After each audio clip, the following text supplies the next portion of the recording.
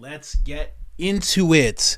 The Bloodbath comments. Oh man, everybody's talking about it. I got 11 clips for you guys. I'm going to be giving you full context of what Trump actually said. But you're going to be hearing from Ben Shapiro, Jesse Waters, Stephen A. Smith, CNN chimes in, of course. Elon Musk, even Trump himself is going to be chiming in. But before all of that, I'm going to show you the Joe Rogan clip because Joe Rogan and his guest, Jonathan Haidt, get into it over the Trump comment, the Bloodbath comment. And, you know, his guest has a small case of TDS. Nothing to call the hospital about. You know, he'll just, just take a little bit of rest for 2 days. He'll be fine in the morning. He just has his thought process on it and doesn't care to explain it whatsoever. The regular TDS that we all see and we've grown to become accustomed to. Now, before I get into that, don't forget about I Am Coach Colin. We got Soul Not For Sale merch, all sorts. Cancel Hollywood's the newest one. Stop worshiping celebrities. Public Enemy #1. If you want a discount code, it is I Am Coach Colin. All capital letters, all one word, 1 L in the name Colin. Now let's get to this clip. Mindset of the ends justify the means. The situation is so dire that even violence is justified. That is really frightening. Yeah. And that's my concern, is that we could be headed that way. We have not had much political violence. There's been an uptick, but not very little compared to say 1968 to 73. That period was much more violent. So I'm hopeful we'll avoid that. But this, once you say the ends justify the means, and we can cheat, we can lie, we can subvert the company's purpose because the end we're fighting for is so noble. Well, right. The other side's going to do the same thing. Right. And before you know it, your culture war becomes a real war. Yeah, and you're seeing that in the news, how it's implemented in the news. I mean, I'm sure you're aware of this recent Donald Trump speech where he talked about a bloodbath. Oh God, yeah. And what the actual phrase was. See if you can find that, Jamie, because it's actually important to highlight how not just inaccurate, but it's just deceptive the media was in their depiction of what he said, and that they are taking this quote out of context and trying to say that there's going to be a civil war if he doesn't get elected, which is not what he was talking about at all. See, pull it up, because it's so disturbing that they would, first of all, that they would think that they could get away with it in this day and age with all the scrutiny and all the with social media and all the independent journalists that exist now, which is one of the more interesting things about the demise of corporate media, the demise in trust. Trust in corporate media is at an all-time low, and so this has led to a rise in true independent journalists, the real ones out there, the Matt Taibbis, the Glenn Greenwalds, the people that are actually just trying to say what is really going on and what are the influences behind these things and why are these things happening. But this one was bizarre.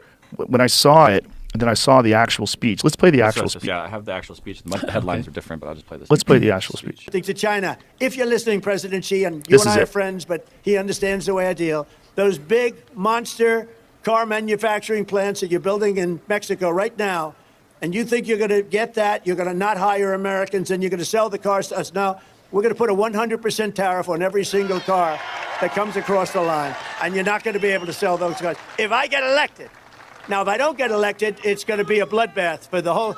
That's going to be the least of it. It's going to be a bloodbath for the country. That'll be the least of it. If this election isn't won, I'm not sure that you'll ever have another election in this country. Does that make sense? I don't think you're going to have another election in this country. If we don't win this election, I don't think you're going to have another election, or certainly not an election that's meaningful. And we better get out, or we better. I actually say that the date, remember this, November 5th, I believe it's going to be the most important date in the history of our country. I believe that.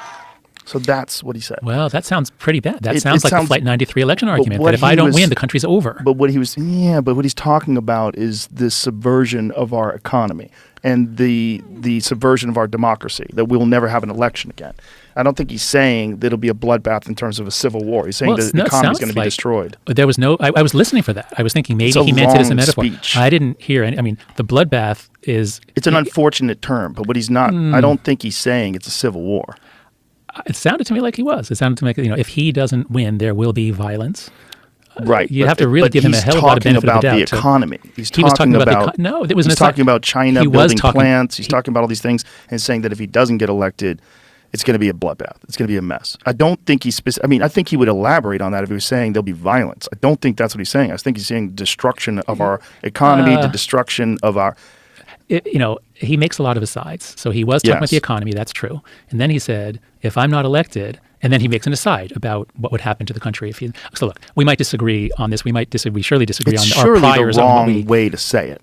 Surely. We both agree on that. Yeah. It's an unfortunate term to use. For him to, yes, that's right. But it doesn't sound to me as though the media took that one out of context. I just rewatched the longer video in closed captioning. Yeah. Cut it off. The video we watched cuts it off right after he says bloodbath. Oh. Continue to sort of say that's Don't get elected. It's going to be a bloodbath for the whole.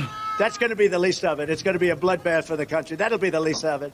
But they're not going to sell those cars. They're building massive factories. A friend of mine, all he does is build car manufacturing. Okay, so he's back on the economy. Yeah, he was talking that's about what he's talking about. But he but the aside was not about the economy. The aside was him making one of these typical asides about how important he is. All right, Joe, I think we're not going to settle this. Yeah. I think, look, I do agree that the media as a progressive left-leaning institution like universities has violated its duty many times to the truth and thereby lost the trust of much of the country. Most of the people who work in these industries, I think, are wonderful and are trying to do a good job. But the net effect, and this is my point about structural stupidity, during our culture war, institutions that have had very little viewpoint diversity have been subject to hijacking by those with a political agenda. So I agree with you about that. Although I disagree with you about what that comment from Donald Trump meant. It sounded to me like it was not taken out of context. Well, he was talking about the economy, though. Before, specifically. Yeah, I know, but in the aside, he wasn't. In the aside, he elaborates in the aside about the economy. No, he just makes his aside about the bloodbath. But that's the least of our problems. Now back to what I was saying about the economy. All right, look, we're not going to settle this one. It's a terrible term. It's a very unfortunate term. If he said it would be a disaster instead of a bloodbath, that would have been the better term to use. That would have been a reasonable thing to say. But he's filled with hyperbole. I mean, he's trying to excite people about the idea. You're right. Words matter when you're presidential candidate. They do. You're right. But no argument there, and I'm in no way saying that was the correct thing to say. But the way they phrased it, the way they just tried to make it seem like that was the only thing that he was talking about. Okay, I'm just not going to say anything else on this. I get it. But what you're saying is that these people are good people, but that they are ideologically captured? Is that what you're saying? What I'm saying is that most people are reasonable wherever you go, but in the social media age, it's no longer about what most people are like. It's about how much power do the extremists have, because anyone now has the power to hijack, threaten, intimidate. So that's my concern. And that means it's actually more easily fixable, because if it would be one thing, if 90% of journalists were rabid left-wingers who didn't give a damn about journalistic integrity, and that's just not true. Right. Most of the journalists I've met are really good journalists. Like, they really care about sourcing and accuracy. And it's the same with professors. Many people, especially those who listen to conservative sources, might think that professors are mostly tenured radicals who care more about Marxism than about educating their kids. That's just not true. What is true is that the minority that have extreme views now have a much bigger platform. They have more power. But most people are reasonable wherever you go. Is the issue that if you listen to conservative views, if you're watching all those conservative outlets, you might think that they care about Marxism. Not the fact that you can literally watch them allowing chaos and actually implementing Saul Alinsky's work and implementing Marx's work and saying that they're trained Marxists. Put all that aside. All of that aside. Of course. Very, very interesting back and forth that they had. But again, like I said at the beginning, he just didn't really have a leg to stand on. And I really don't.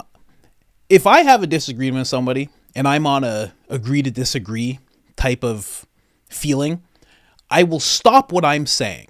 I won't try and get the last word and then say agree to disagree. I will just stop what I'm saying and I'll give them the last word, and that'll be it. That's how you're supposed to do. But this gentleman is feeling, I don't agree with what you're saying. And then Joe comes in again, very, very calmly and very common sensely. This says he was talking about the economy. Oh, I don't think we'll agree on that. I don't think so. I don't think so. Based on what? Based on what? How was that? How did that not sound? And believe me, you're going to hear that speech again throughout this video, because I want to give everybody the chance to hear it fully and to see it and not see that there's no chops in what I'm going to be showing you. It's just very interesting that so many people, especially this left-leaning social media expert of sorts that Joe Rogan had on, Jonathan Haidt, again, newest episode 2121. It's just funny that he had this view that Trump is talking about a literal bloodbath, and he wasn't talking about the economy. And here's the thing. It doesn't seem like it because, you know, I'm always wearing hoodies and hats and stuff, but I'm into the stock market. Like, I understand, like, I'm not an expert, but I understand stocks, I understand crypto, and I understand real estate. And we'll get into all that because this is a commonly used term, not just by people in those industries, but also many others. And I'm going to be showing you examples of that. But let's move on. Let's get into it now. Here's Trump's he made a comment right away about this. So he went on Truth Social. He said, fake news media and their Democrat partners in the destruction of our nature pretended to be shocked at my use of the word bloodbath, even though they fully understood that I was simply referring to imports allowed by crooked Joe Biden, which are killing the automotive industry, the United Auto Workers, but not their leadership, fully understand what I mean. With the electric car mandate being pushed by Biden, there soon won't be any cars made in the USA unless I'm elected president, in which the auto manufacturing will thrive like never before, which would be great to see. There's so many places suffering that if you just brought back all those jobs to America, it would be wild how much it would all thrive. Now that's Trump. Let's move on. We're going to go straight to Ben Shapiro. And obviously, listen, I'm wearing a Trump shirt here. You know where my bias is, obviously. Unlike that gentleman Joe was talking to, I let my biases show.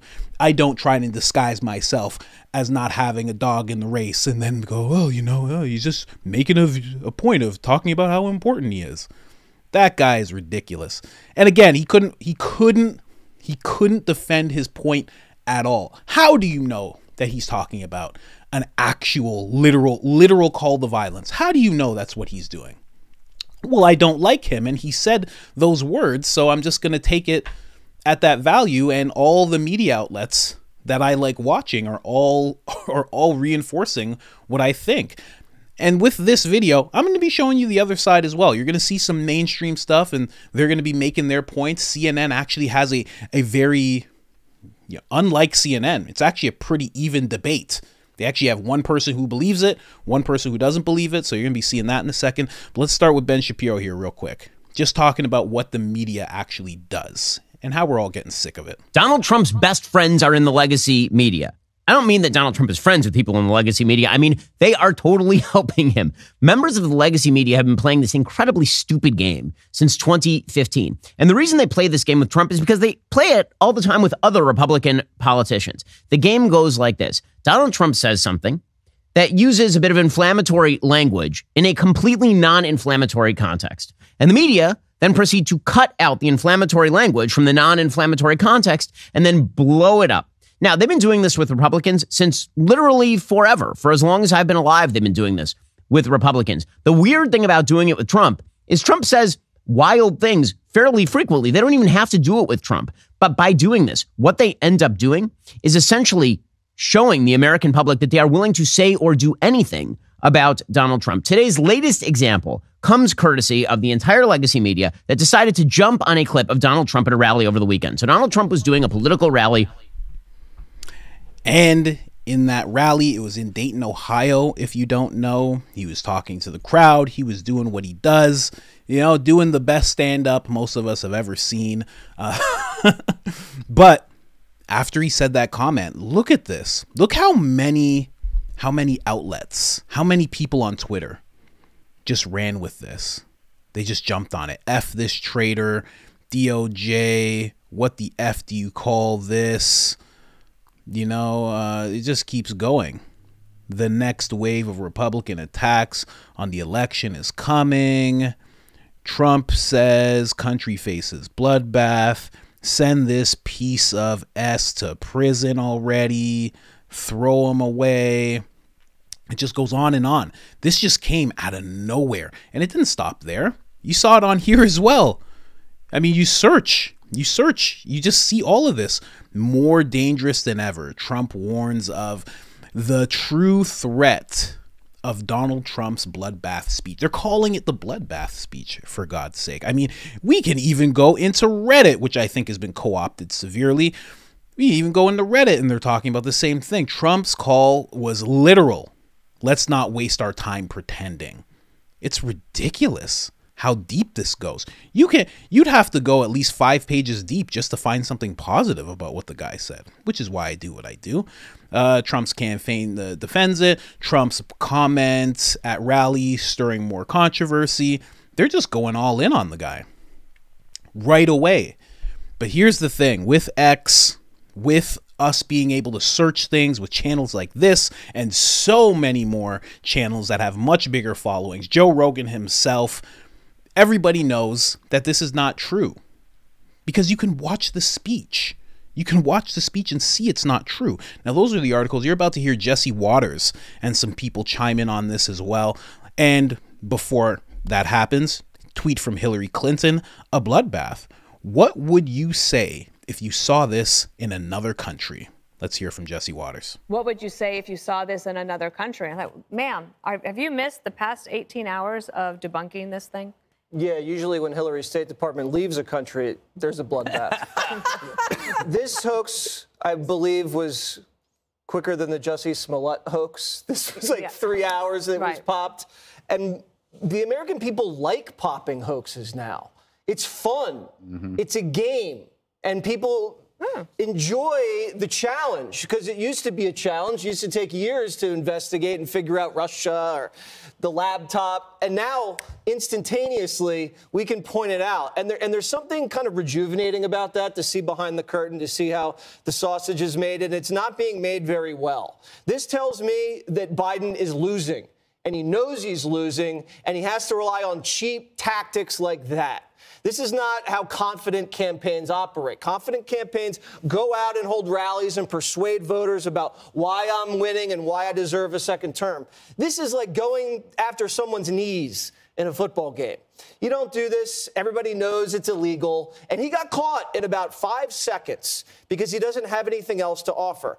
They keep playing the same magic trick, Stana, over and over again. Oh, there's a quarter behind your ear. Oh, there's a quarter. There's no quarter. We know how the trick works. Why do they keep doing this? Is because they don't have anything else. They have hoaxes and lawsuits. And now, what is everybody talking about? They're talking about China snaking around Biden's import tariffs, going through Mexico to dump cheap cars into the country. And Joe Biden doesn't have a clue about it. Right. And Donald Trump's all over it. And we're talking about how the media is crooked and you can't trust anything they say. That's where everybody is right now. And like what the hoax dead enders that Greg's talking about, they're just digging a deeper grave. 100%. And I like the little metaphor he did about the quarter behind the ear because that's exactly what it's like. You just keep seeing it. Like, it's almost like when you see something like this, you just go, well, I have to see the speech now. You don't just go, oh, that's what he said. See, the guy that Joe Rogan was talking to, Jonathan Haidt, he just goes, yep, more of what I thought already. There you go. Everybody else, large portion of people at least, they go, I want to see the whole thing. People who use X exclusively were like, I've already seen the whole thing. I know this is not true. And that's when it becomes really sinister. When you're already on social media and the independent journalist channels and everything, like when you're already there and then you see the mainstream narrative, you're like, oh, whoa, they're just lying. It's pretty wild, man.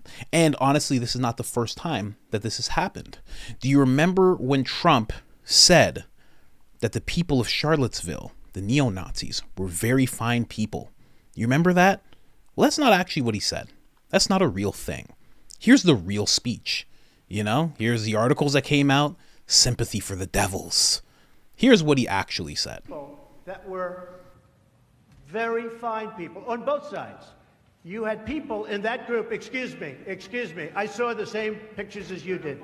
You had people in that group that were there to protest the taking down of, to them, a very, very important statue and the renaming of a park from Robert E. Lee to another name. Robert E. Lee are not the same. Well, no, George Washington was a slave owner. Was George Washington a slave owner? So will George Washington now lose his status? Are we going to take down, excuse me, are we going to take down statues to George Washington? How about Thomas Jefferson? What do you think of Thomas Jefferson? You like him?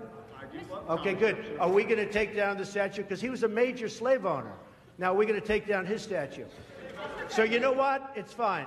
You're changing history, you're changing culture, and you had people, and I'm not talking about the neo-Nazis and the white nationalists, because they should be condemned totally. But you had many people in that group other than neo-Nazis and white nationalists, okay? And the press has treated them absolutely unfairly. Now, in the other group also, you had some fine people, but you also had troublemakers, and you see them come with the black outfits and with the helmets and with the baseball bats. You had a lot of bad people in the other group too. Treated unfairly, sir. I'm sorry, I just didn't understand what you were saying. You were saying the press has treated white nationalists unfairly? No, I just didn't understand what you were saying. No. There were people in that rally, and I looked the night before. If you look, there were people protesting very quietly the taking down of the statue of Robert E. Lee. I'm sure in that group there were some bad ones. The following day it looked like they had some rough, bad people. Neo-Nazis, white nationalists, whatever you want to call them.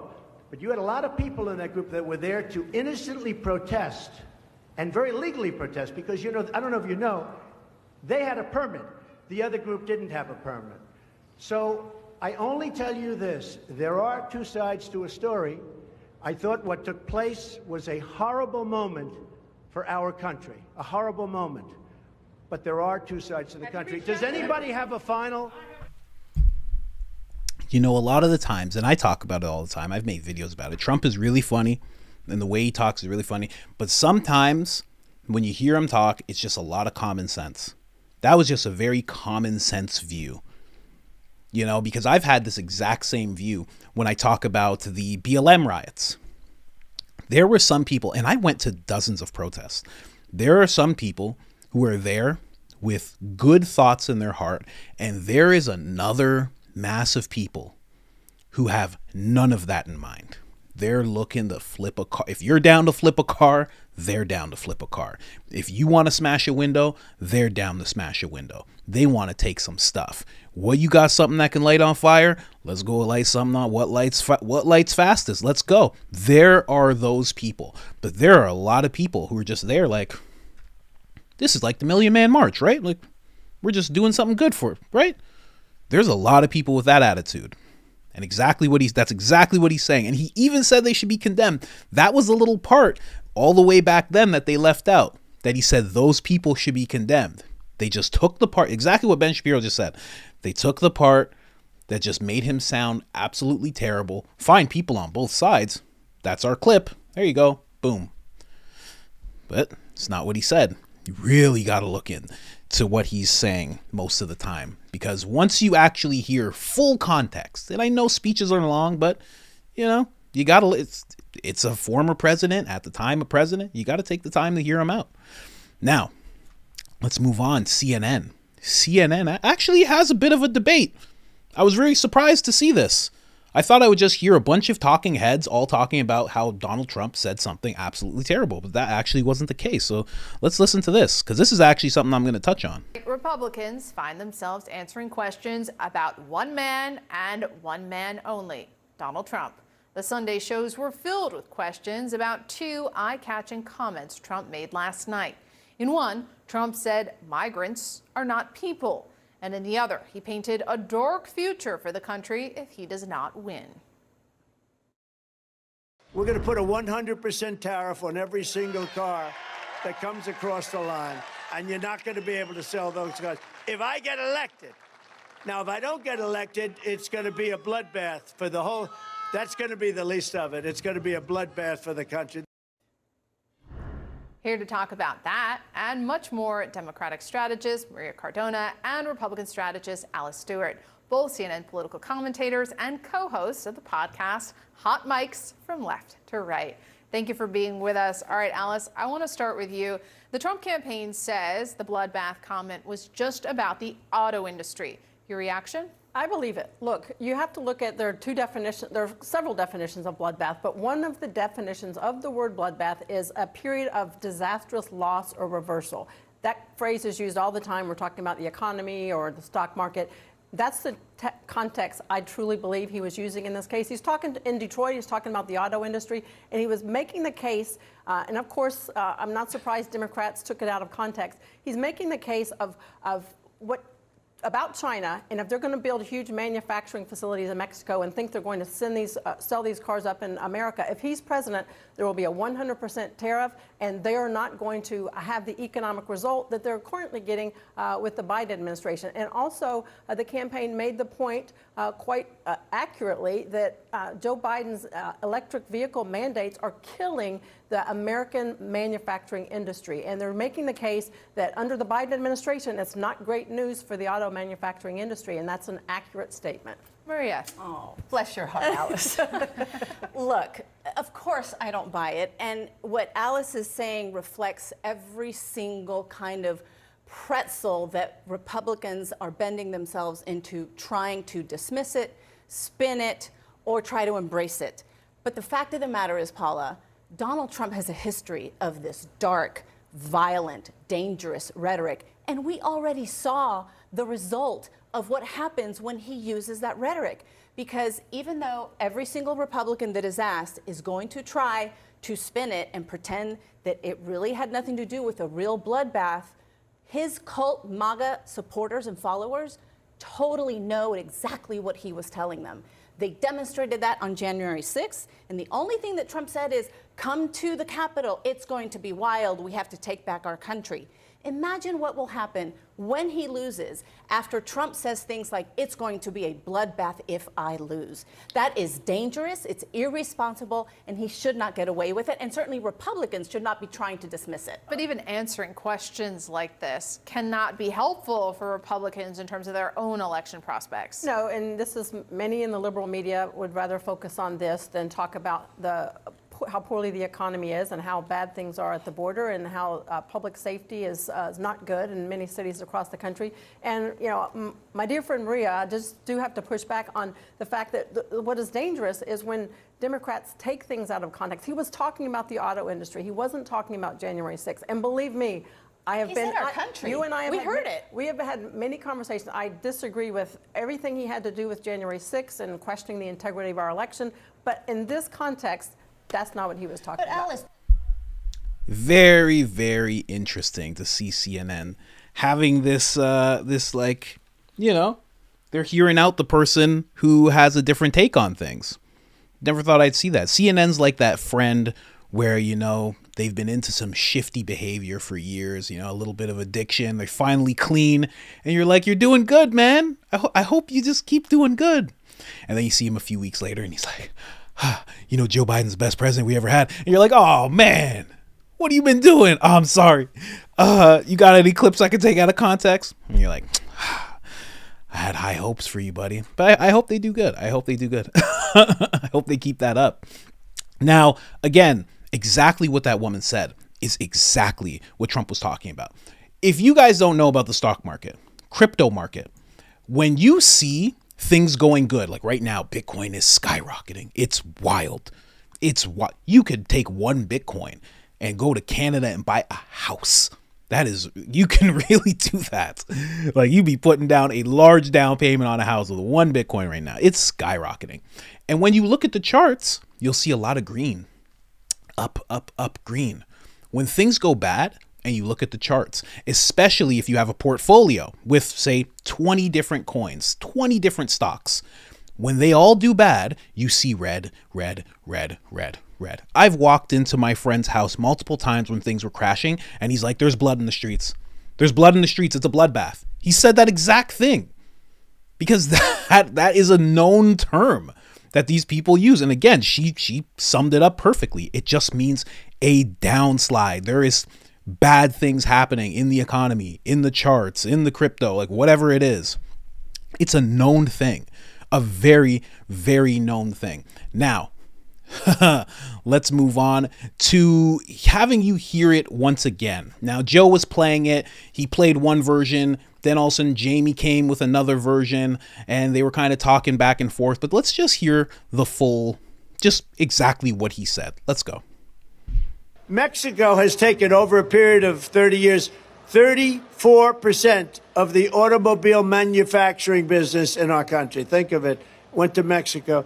China now is building a couple of massive plants where they're going to build the cars in Mexico and they think that they're going to sell those cars into the United States with no tax at the border. Let me tell you something to China. If you're listening, President Xi, and you and I are friends, but he understands the way I deal, those big monster car manufacturing plants that you're building in Mexico right now, and you think you're going to get that, you're going to not hire Americans, and you're going to sell the cars to us. Now, we're going to put a 100% tariff on every single car that comes across the line, and you're not going to be able to sell those cars. If I get elected, now, if I don't get elected, it's going to be a bloodbath for the whole, that's going to be the least of it. It's going to be a bloodbath for the country. That'll be the least of it.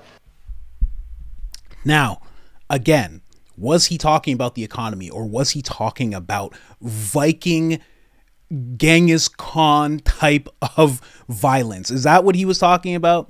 Or was he talking about the economy? He was just talking about the car industry, what he plans to do. And if he doesn't get to do it, which means that he's not elected, it will be exactly what he said. It will be a downturn. It will be terrible because, like in the first clip I showed you of him talking on Truth Social, no cars will be made in America. That will impact Americans greatly. Like, this is very clear cut if you're willing to just listen to the whole thing. Put aside, like, again, I expose my biases. I like Trump a lot. But even if you don't, you can listen to this and understand who is talking about cars and China and tariffs, and then turns and says, and you know what, if you don't elect me, I'm gonna slaughter everybody. You know that, right? You know that, right? It's gonna be violence out the yin yang. Anyway, back to the cars. How does that even make sense in someone's head? I don't get it. And speaking about not making sense in someone's head, Joe Scarborough, ladies and gentlemen. I told you I was going to show you both sides. Let Joe Scarborough say his piece on this whole bloodbath thing. Which came while he was discussing Chinese-made cars being imported to the U.S. from Mexico. We're going to put a 100% tariff on every single car that comes across the line, and you're not going to be able to sell those cars. If I get elected, now if I don't get elected, it's going to be a bloodbath for the whole, that's going to be the least of it. It's going to be a bloodbath for the country. That'll be the least of it. Shortly after the speech, the Trump campaign tried to clean up those comments, insisting in a statement to NBC News the former president was only talking about a bloodbath for the auto industry and auto workers. And before everyone gets triggered and is shocked, because this is a shock opera that we have to unfortunately endure because we're constantly shocked by what he says. But don't let that shock, don't let that trauma let you forget what you're hearing. Well, believe him. Well, and Jonathan O'Meara, back to you because you're reporting on this. You know, it was a distinction without a difference. He was talking about the auto industry. Then he pivots. He goes, "It's going to be a bloodbath." So okay, maybe if I don't get elected, it's going to be a bloodbath. Okay, maybe you can connect that to the auto industry. Maybe you can. Okay, but again, I've never really heard people discuss macroeconomics in terms of bloodbaths. But maybe so, but let's just say for argument's sake. But then he says, and that's going to be the least of it. That's going to be the least of it. If you think there's going to be a bloodbath in the auto industry, even if you take that argument at face value, which, again, given the tone of the rest of the speech, bloodbath, I'm not so sure he's talking about the niceties of international trade there. But let's just take that argument as is. Then he goes on and he says, that's going to be the least of it, and repeats it. It's going to be the least of it. Obviously, he's talking about a bloodbath for America. It's laid out in the terms of it. And these idiots on Twitter, these idiots on cable news, these idiots on Sunday shows going, well, president, you know, he was talking only about the auto industry, and this is one more. It's just bullshit. Let me say that at 6:15 a.m. It's just bullshit. He knew what he was doing We're not stupid. Americans aren't stupid. He was talking about a bloodbath. Sometimes a bloodbath means a bloodbath. And when he finishes by saying, and that's just going to be the least of it, seriously, these people may be stupid. We're not. I like that. You see what he did at the end? He said, well, what do you think he meant by it? And he made sure not to talk about calls to violence because he knows that he can't just outright say that that was what Trump was saying. You notice that sometimes a bloodbath just means a bloodbath. He's just saying the word over again. Everybody knows if you're trying to describe something, you can't use the same word that you're trying to describe the word. You can't do that. But he knows he'll get in trouble. He knows someone from the Trump campaign or legally will come after him if he decides to say that. So he made sure not to. Now, also, I like that he referred to us all as idiots, people on Twitter, but you don't see this usually. Mainstream media, he took it a step further. Everyone on cable news as well, and Sunday shows. So he's just like, whoever's not agreeing with this, I don't care where you are. I don't care if you're a YouTuber, you're on Twitter, but just understand, there's a reason that he mentioned people on Twitter. And I couldn't find this tweet anywhere else but on my phone. I never have my phone on usually. But his tweet that he deleted, because I screenshotted it. I can't pull it up, but I screenshotted it. He said, Donald Trump's America, and he's proud of it. He promised another bloodbath if he loses. And he deleted the tweet because Elon Musk actually commented on the tweet. And you know, if you put out a tweet and Elon comments on it, everybody on Twitter is about to see exactly what you two are talking about together. So Elon Musk actually replied, Jan 6 was not a bloodbath by definition, and Trump was referring to the job losses in the auto industry when he used that word. Your post is extremely misleading. And that led to Joe Scarborough actually deleting the tweet. That's why he's taking a clear shot at Twitter. He didn't just say social media. He made sure to say Twitter. The last thing I'll say about Joe Scarborough, with his very level-headed view there, very level-headed, is that he said he's never heard this term used. Is he sure? Let's play a little compilation. This is someone who's, I don't know if you recognize this person. This is Rachel Maddow. This is MSNBC. You're about to see a compilation. Is bloodbath a regular term? Let's check it out. But as Politico.com reports tonight on the, quote, bloodbath at the RNC, headlines calling it a, quote, bloodbath. Be a bloodbath. Not only is it going to be a bloodbath, but after they leave New Hampshire, it's a bloodbath on her home turf. That's really tough. Trump has left a lot of corpses in his wake. I mean, we can count the bodies as part of the, quote, MAGA drive to take over Maricopa County.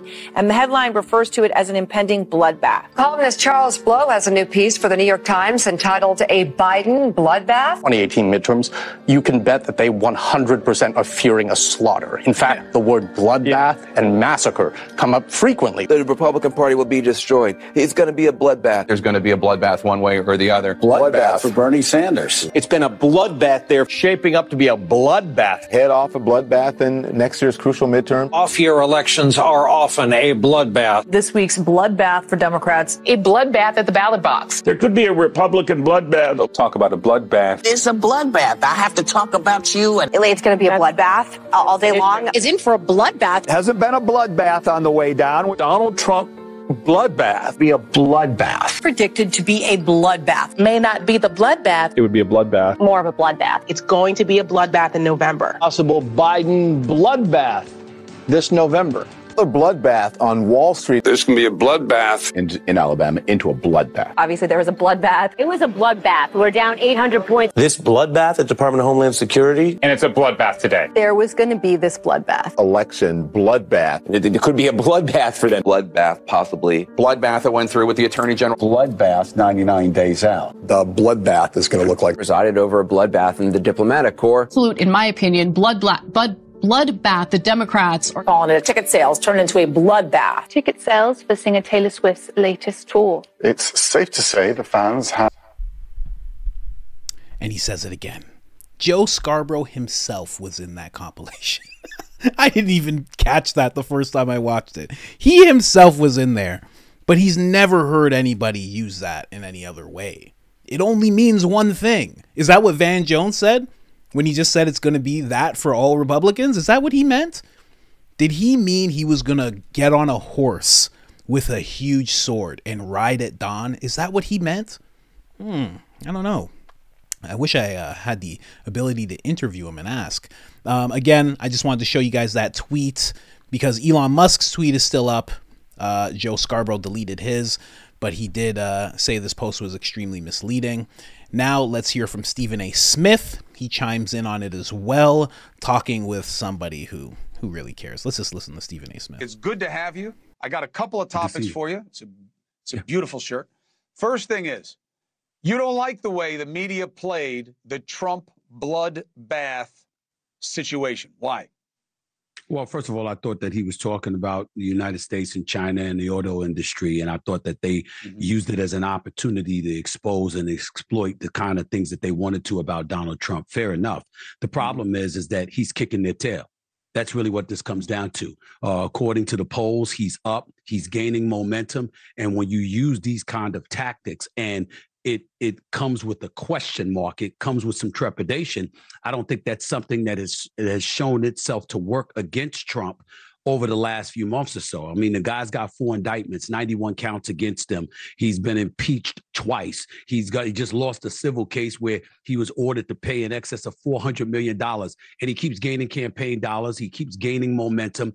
And somehow, some way, they keep using the same old tactics. That was really my point. It's not working. It's not being effective. He's literally kicking their butts, and they've got to get their act together and find a different strategy, because the fear mongering over the kind of things that may come out of his mouth is not the kind of tactics that have proven to work against this man, at least as of late. I like this political pivot that Stephen A. Smith is doing. I like it a lot. I hope he keeps up with this. I hope I never hear him talk about sports again, because I think he'd be a great voice for politics. And he's clearly somebody, he's no serious fan of Trump, but he's getting really good at calling out both sides. And when you're supposed to give credit to Trump, he's able to do it. You know, he even tried to give credit to Biden for something, but you know, he's just, I like what I'm seeing from him. And he's right. He's right. Like, why use these tactics? These tactics clearly aren't working. They clearly aren't working. You've just watched indictments and court cases and mugshots and all of these things. You've been doing it for almost 10 years. It's clearly not working. Why keep doing it? It's because they have no other tricks. Like Jesse Waters said at the beginning of this video, it's just a quarter. That's all they know. They haven't been trained in anything else. They don't know what else to do. They're taking their talking points from people in the shadows. This is just what they do.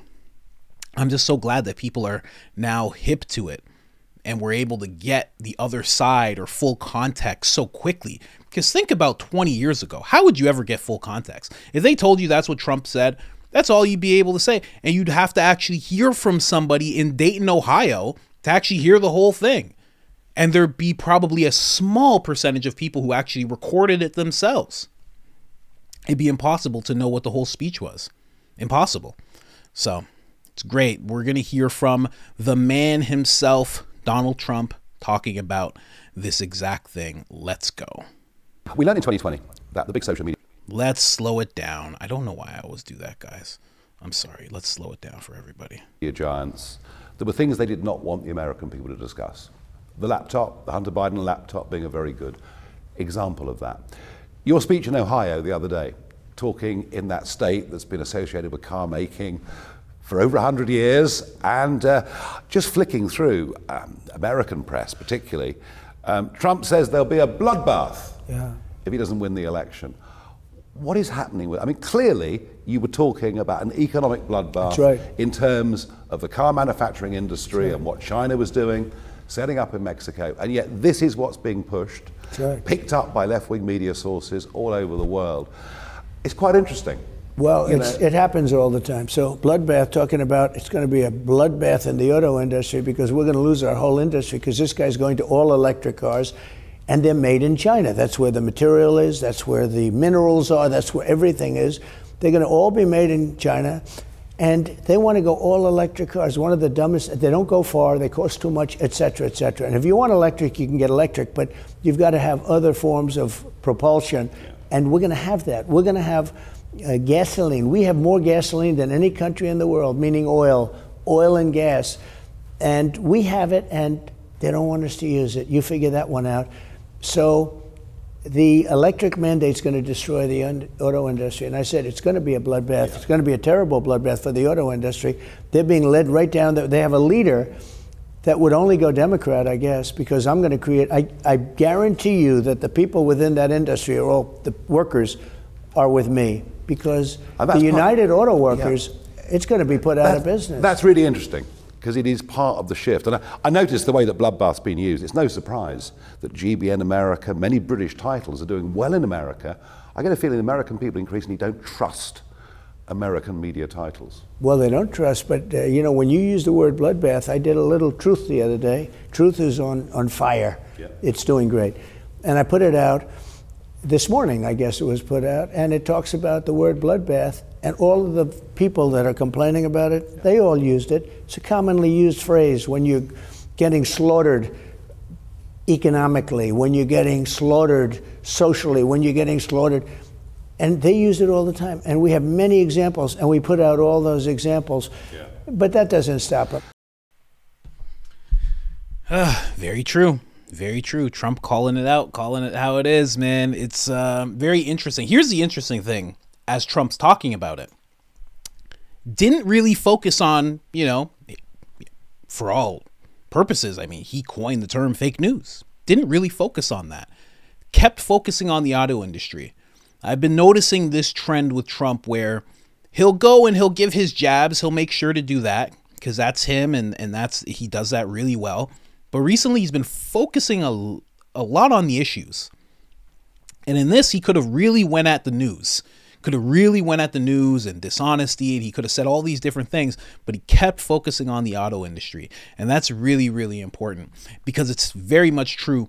A lot of it's made in China. If it's not made in China, it's made with, you know, Africa.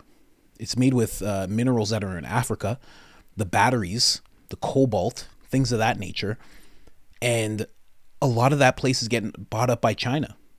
So it's like, if it's not China directly, it's coming from Africa. And a lot of Africa is indebted literally to China. So if you do go all electric, you're going all China.